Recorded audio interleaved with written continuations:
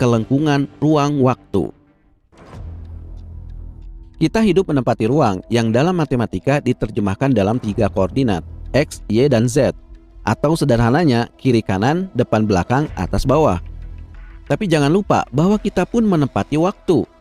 Kapan kita berada di 3 koordinat itu? Sehingga sebenarnya kita hidup bukan di alam 3 dimensi, tapi 4 dimensi, dengan waktu sebagai dimensi keempat.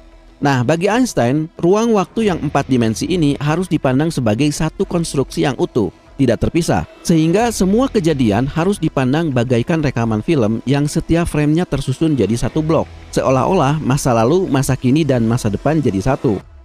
Maka kita bisa mulai melihat lintasan setiap kejadian dalam ruang waktu. Benda yang jatuh pun akan tampak melengkung dalam dimensi waktu.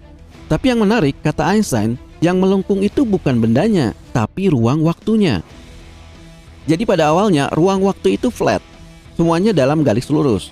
Tapi ketika massa atau energi hadir di sana, geometrinya berubah, jadi melengkung atau meregang.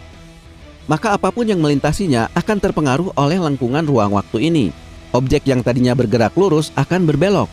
Begitupun dengan benda yang diam, akan mulai bergerak mengikuti lengkungannya. Inilah gravitasi menurut Einstein.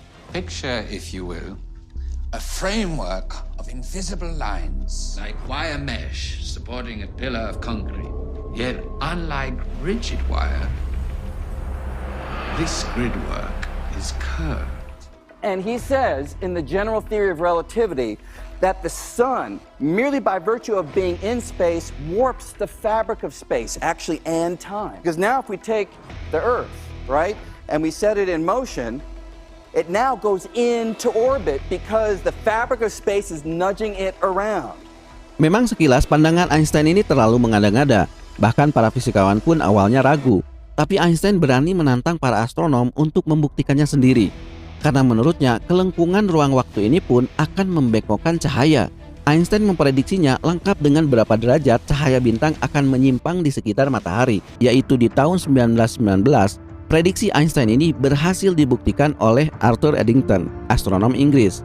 Dan seperti prediksi Einstein, cahaya bintang betul-betul berbelok. Dan hanya berbeda 0, sekian derajat dari prediksi Einstein. Mr. Eddington, what did your photographs prove exactly? That gravity bends light passing next to the sun by approximately 1.7 arc seconds, just as Dr. Einstein predicted. The laws of Sir Isaac Newton have just received their first major modification in over 2 centuries.